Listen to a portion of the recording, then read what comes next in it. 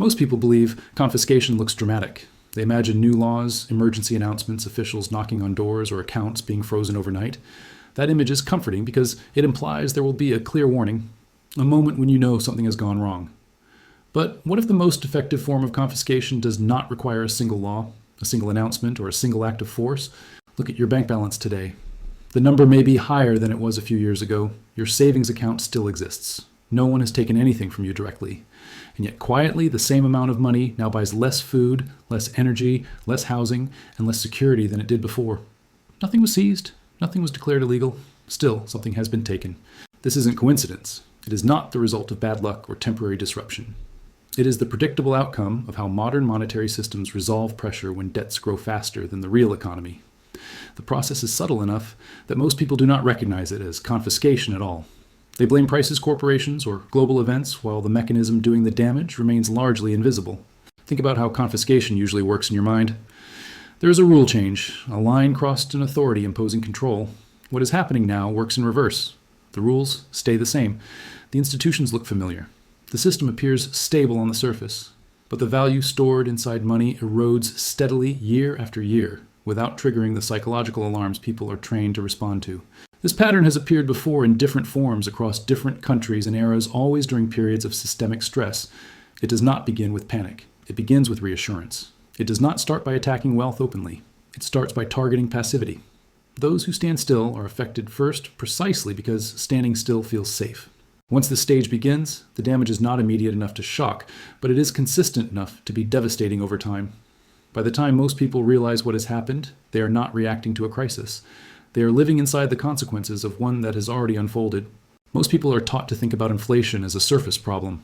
Prices go up, groceries cost more, rent feels heavier. The usual conclusion is that inflation is an inconvenience, something to be endured until policy fixes it or markets calm down. That framing is not only incomplete, it is misleading. It focuses attention on symptoms while obscuring the function. Inflation actually serves inside the system. Inflation is not simply about rising prices. It is about shifting claims on real value. When money loses purchasing power, someone absorbs that loss, and someone else benefits from it. The loss does not disappear, it is transferred. This is why inflation is better understood as a redistribution mechanism rather than a pricing phenomenon. The system does not malfunction when inflation persists. It adapts. This isn't coincidence. If inflation were truly an accident, it would be corrected quickly and decisively. Instead, it is tolerated, explained away, and normalized. The reason is structural. Inflation quietly resolves problems that are politically and financially impossible to solve directly. It reduces the real burden of debt. It weakens the position of savers without ever confronting them openly. It rewards leverage and punishes restraint, all without rewriting a single rule. The common belief is that saving money is responsible behavior, and that stability comes from patience. In a stable monetary environment, that belief holds. In a stressed system, it becomes a liability. What feels like discipline at the individual level becomes vulnerability at the systemic level. The longer someone remains passive, the more value is extracted from them without a visible transaction ever taking place. This pattern has appeared before whenever governments and institutions reach the limits of conventional solutions. Instead of defaulting, instead of raising taxes to intolerable levels, instead of cutting spending fast enough to cause unrest, the system turns to erosion. It allows time and inflation to do what force would make obvious. Once this stage begins, the rules do not change, but the outcome does. Money stops being a neutral store of value and becomes an active participant in wealth transfer. Those who understand this stop asking why prices are rising and start asking who is absorbing the loss. To understand how this process unfolds, it helps to stop thinking in terms of isolated events and start seeing a sequence. Not a conspiracy, not a sudden collapse, but a recurring progression that emerges whenever a monetary system becomes overstretched. This pattern has appeared before, not once, but repeatedly across different political systems and different centuries. The details change. The structure does not. It always begins with accumulation. Over time, obligations grow faster than productive output. Governments borrow to maintain stability. Corporations borrow to sustain growth. Households borrow to preserve living standards. None of this feels dangerous in the moment because each decision appears rational on its own. The pressure is not explosive. It is cumulative. Debt becomes normalized, then necessary, then unavoidable. At this stage, the system still looks healthy because confidence has not yet been tested. As the burden grows heavier, the second stage emerges. Servicing obligations through honest means becomes politically and economically constrained. Raising taxes too aggressively risks backlash. Cutting spending too deeply risks instability. Default threatens credibility. Faced with these limits, the system turns to accommodation. Money supply expands, liquidity increases. This is presented as support stimulus or stabilization. The language is calm, the intent is framed as temporary, but the direction is clear. Once expansion begins, the effects do not hit evenly. This is the third stage where distortion spreads quietly. New money does not enter the economy through wages first. It enters through financial channels, asset markets, and institutional balance sheets. Those closest to the source feel relief. Asset prices respond. Balance sheets improve. From a distance, it looks like recovery. For most people, nothing appears broken yet, which is precisely why the mechanism works. The fourth stage is where perception lags reality. Officials reassure. Analysts debate causes. Narratives multiply. Inflation is described as transitory, external, or misunderstood. Attention is directed toward prices rather than purchasing power. People are encouraged to wait, to stay calm, to trust adjustments already underway. This delay is not accidental. It creates time for the transfer to proceed without resistance. Then comes the fifth stage, the one few recognize while living through it. Value erosion becomes embedded. Savings lose ground steadily. Income struggles to catch up. The system does not announce a shift because nothing has formally changed. The currency is the same. The institutions are the same. The contracts are still honored in name. Yet the real claim those contracts represent shrinks year after year. This is where confiscation occurs without confrontation. Once the stage begins, reversal becomes increasingly difficult. The system has adapted to the erosion. Debtors depend on it. Institutions rely on it. Markets price it in. Any attempt to fully undo it would expose the imbalance it was designed to conceal. So the process continues, not because it is malicious, but because it is functional. What makes this pattern so effective is that it punishes inertia rather than disobedience. There's no moment where resistance feels justified. There is no single decision to protest. People comply by doing nothing, by staying where they are, by trusting that stability means safety. By the time awareness spreads, the pattern has already completed most of its work, and the losses are no longer recoverable through simple adjustment. At this point, the question is no longer whether the pattern exists, but whether it is active now. Applying the model to the present does not require speculation. It requires observing incentives, constraints, and behavior. Systems reveal their trajectory through what they tolerate and what they quietly encourage. Start with debt dynamics. Global obligations have reached levels that cannot be resolved through growth alone. Productivity gains are incremental, while liabilities compound. This creates a structural mismatch. When repayment becomes mathematically unrealistic, the system must choose between explicit loss and implicit dilution. History shows which option is consistently favored. This isn't coincidence. Policy responses across major economies follow the same logic even when rhetoric differs. Tightening is introduced cautiously and reversed quickly at the first sign of stress. Support mechanisms expand faster than they contract. Liquidity facilities become permanent features rather than emergency tools. These are not signals of control. They are signals of dependency. Next, observe asset behavior relative to wages. When asset prices stabilize or recover while purchasing power continues to erode, it indicates where protection is concentrated.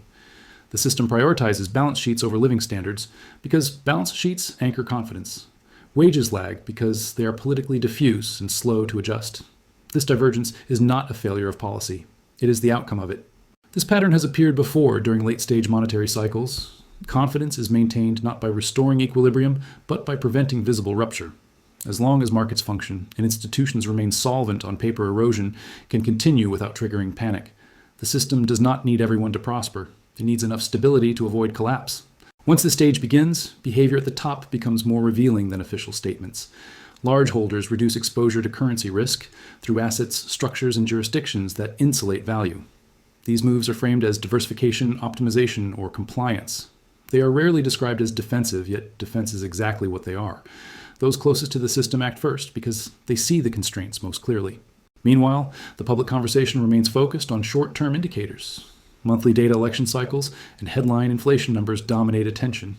Long-term purchasing power, balance sheet, health, and structural incentives receive less scrutiny because they challenge comforting narratives. This gap between focus and function is where the mechanism operates most effectively. Nothing in this phase feels dramatic. There is no announcement of loss, no official acknowledgement of transfer. Life continues, transactions clear, salaries arrive on time. But beneath the surface, claims on real value are being repriced continuously. The system is not breaking. It is recalibrating who bears the cost of its past promises. By this point in the cycle, outcomes narrow. Optionality diminishes not because of policy failure, but because of accumulated constraints. When obligations exceed what real output can support every remaining path, redistributes value rather than creates it. The only question is how visibly that redistribution occurs. This is where inevitability enters the system. Authorities cannot allow a disorderly reset without risking institutional legitimacy. They also cannot restore past purchasing power without triggering insolvency across leveraged sectors. Between these two constraints, the path forward is forced. Losses must be spread, disguised, and absorbed gradually enough to preserve confidence. This isn't coincidence. Across historical cases, once this phase is reached, reversals become symbolic rather than structural. Reforms are announced, targets are adjusted, and frameworks are renamed. Yet the underlying direction remains unchanged. The system no longer aims to solve the imbalance. It aims to manage perception while the imbalance resolves itself through time. This pattern has appeared before at the end of major monetary regimes. The final stage is not collapse, but normalization of decline. What would have once been considered emergency measures becomes standard practice. What would have sparked outrage becomes background noise. The extraordinary becomes routine because the system depends on continuity more than correction. Once the stage begins, personal outcomes diverge sharply based on position, not effort. Those whose wealth is tied to nominal claims experience a silent erosion. Those positioned closer to real assets, adaptable structures, or policy proximity experience relative stability. The transfer is not moral or immoral, it is mechanical. At this point, waiting for a clear signal becomes a mistake. The signal already occurred earlier in the cycle when flexibility still existed. Now the system moves forward by inertia. Decisions made here are not about maximizing upside. They are about minimizing exposure to forces that no longer respond to intent or debate. This is the uncomfortable conclusion most systems avoid stating outright. There is no return to the previous equilibrium. There is only transition to a new one with costs allocated according to structural placement rather than declared fairness. Understanding this does not create panic. It creates clarity. At this stage, action is not about prediction. It is about alignment. When systems move from flexibility to inevitability, the correct response shifts from seeking returns to managing exposure. The mistake most people make is treating late cycle conditions as temporary anomalies rather than structural transitions. The first adjustment is mental. The assumption that stability equals safety no longer holds. In late-stage systems, stability is often manufactured sustained by intervention rather than balance. This means surface calm can coexist with deep value erosion. Acting rationally requires separating nominal continuity from real outcomes. The next adjustment is structural. Individuals cannot change monetary policy, fiscal incentives, or institutional priorities. What they can change is how directly their well-being depends on them. The closer a person's assets, income, or savings are tied to fixed claims within the system, the more exposed they become to silent repricing. Distance from fragility becomes more important than participation in growth narratives. This isn't coincidence. Historically, those who preserved optionality did not do so by timing collapses, but by reducing single-point dependencies. They avoided concentration in any one promise issuer or policy regime. Flexibility, not foresight, determined resilience. Once the stage begins, complexity works against the individual. Over-engineered strategies, excessive leverage, and reliance on precision forecasting all increase vulnerability. Simpler structures tend to absorb shocks better because they require fewer assumptions to hold true.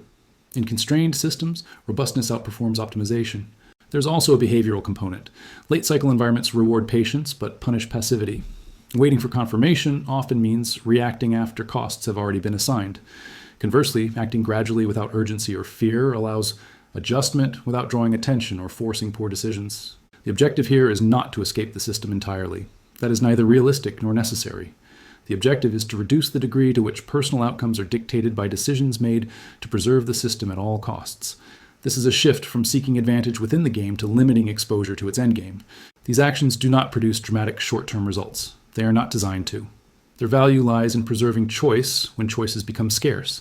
In environments shaped by constraint rather than growth, that preservation becomes the most valuable asset of all.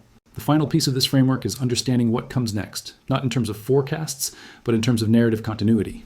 Systems rarely end cleanly. They transition through overlap where the old structure still functions, while a new one quietly forms alongside it. Most people miss this phase because it does not announce itself as change. It presents itself as extension. This is where attention becomes the scarce resource. As the system stabilizes, its surface complexity increases beneath it. New instruments, new rules, new exceptions are introduced to keep existing structures viable. Each layer adds opacity. Each adjustment reduces transparency. The result is a system that appears intact while becoming harder to interpret from the outside. This isn't coincidence. Historically, late-stage systems do not fail by collapse first, but by incomprehensibility. Participation becomes mandatory, but understanding becomes optional. Those who rely on simplified explanations fall behind, not because they are uninformed, but because the signal has moved elsewhere. Once this stage begins, the most important divide is not between optimism and pessimism.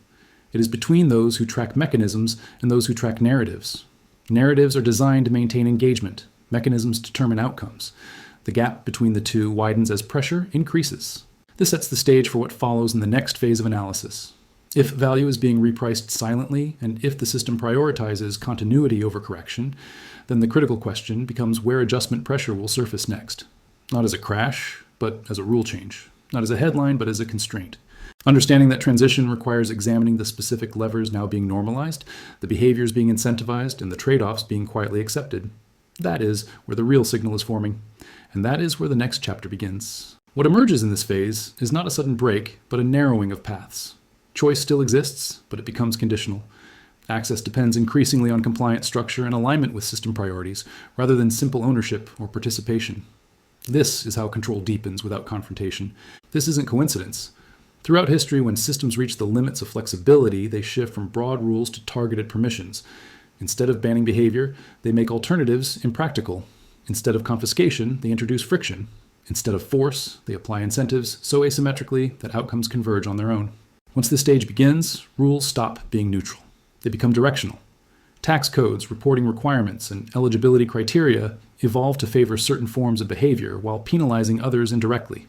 The language remains technical and procedural, but the effect is behavioral steering at scale. This pattern has appeared before during transitions between monetary and political regimes. Control is not asserted by taking assets outright, but by redefining how they can be used, transferred, or accessed. Ownership remains on paper while functionality becomes conditional. This distinction is critical because it preserves the appearance of continuity while altering reality. At this point, resistance becomes inefficient. Systems do not need to convince or coerce when they can simply wait. Over time, legacy structures lose support, liquidity, or legal clarity. New structures gain preferential treatment. Participation shifts gradually, not because people agree, but because alternatives become cumbersome. The visible markers of this phase are subtle. Pilot programs expand quietly. Temporary measures are extended without end dates. Emergency frameworks are repurposed for routine use. None of these moves trigger alarm individually. Together, they redefine the operating environment. The system is not preparing for collapse. It is preparing for management under constraint. And management under constraint requires predictability, traceability, and control over flows, rather than stocks. Understanding this shift is essential because it determines where leverage exists and where it has already been removed. By the time a system reaches this point, the debate is effectively over, not because consensus was reached, but because momentum has replaced choice. What follows is not a dramatic ending, but a quiet lock-in of assumptions that shape behavior for years, sometimes decades afterward. This isn't coincidence. In every historical transition of this scale, the final stage is characterized by acceptance disguised as normalcy. The rules feel familiar enough to navigate, yet restrictive enough to prevent reversal. People adapt, not because they believe the system is optimal, but because adaptation becomes less costly than resistance. Once this stage begins, the concept of return fades. There is no reset to the previous arrangement, no restoration of lost purchasing power, no rebalancing that favors late recognition. The system has already priced in its future. What remains is allocation of burden and distribution of flexibility. The critical realization here is that inevitability does not mean immediacy. These transitions unfold slowly enough to avoid panic, but steadily enough to be irreversible. The absence of crisis headlines creates the illusion of safety, even as structural options continue to narrow. This is how point of no return operates in practice, not as an event, but as a condition. At this moment, clarity becomes more valuable than conviction. Understanding where pressure is being redirected, which behaviors are being constrained, and which flows are being prioritized offers more leverage than any single forecast. The system no longer responds to debate, it responds to alignment. This closes the loop of the pattern. What began as excess moved through stabilization, normalization, and silent transfer now settles into managed continuity. The next phase is not about what will break, but about what will be built on top of what already cannot be undone. That question and the structures forming to answer it are where the analysis must turn next. What matters now is not revisiting how the system arrived here, but recognizing what it is optimizing for next. Once continuity is locked in and reversal is off the table, attention shifts away from stabilization toward implementation. The question is no longer whether constraints will increase, but where they will be applied first. This isn't coincidence. Systems that survive late-stage transitions do so by redesigning interfaces rather than foundations. They change how individuals interact with money assets, identity, and permission, not all at once, but step by step. Each adjustment appears technical, optional, or temporary. Together, they form a new operating layer. Once this stage begins, the most consequential changes are rarely framed as economic decisions. They arrive as upgrades, safeguards, or efficiency measures. They promise resilience while quietly redefining access, mobility, and autonomy. By the time their implications are widely understood, participation has already become embedded. This is where the next phase of analysis begins. Not with collapse scenarios, but with the architecture being assembled to manage a world that cannot return to its previous balance. Understanding that architecture requires examining specific tools, rules, and incentives now moving from experimental to standard. That transition and the mechanisms driving it will determine who retains flexibility and who does not. And that is what we need to examine next.